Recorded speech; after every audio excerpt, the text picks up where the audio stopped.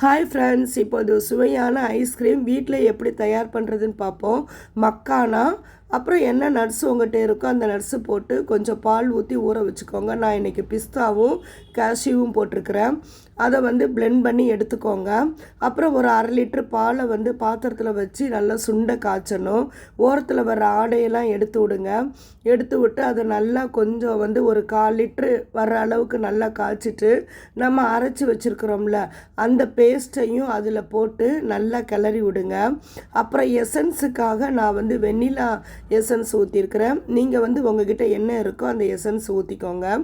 Vanilla essence ஊற்றி இந்த அரைச்சதையும் போட்டுட்டு நல்லா கிளறி விடுங்க. அப்புறம் கொஞ்சம் நட்ஸை கொஞ்சம் பொடுசாக கட் பண்ணி அதையும் இதில் போட்டுருங்க. போட்டு நல்லா கிளறி விட்டுருங்க.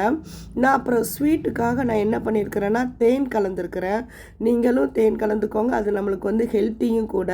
சுகரை நம்ம அவாய்ட் பண்ணிடலாம். தேன் கலந்து நல்லா கலந்து வச்சுட்டு ஃப்ரீசரில் என்ன பண்ணுங்கன்னா ஒரு 12 ஹவர்ஸ் ஃப்ரீசரில் வச்சு எடுத்திங்கன்னா சுவையான ஐஸ்கிரீம் நம்மளுக்கு ஹோம்மேட் ஐஸ்கிரீம் நம்மளுக்கு ரெடி ஆயிரும். இந்த ஐஸ்கிரீம் நீங்கள் குழந்தைங்களுக்கு கொடுக்கலாம்.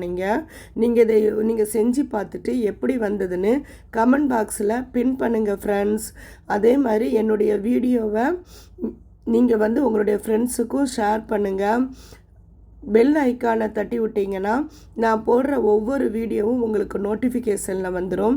நீங்கள் பார்த்துட்டு எப்படி வந்ததுன்னு சொல்லி ஒவ்வொரு ரெசிபியும் செஞ்சு பார்த்துட்டு எனக்கு கமெண்ட் பாக்ஸில் பின் பண்ணுங்கள். Thank you friends.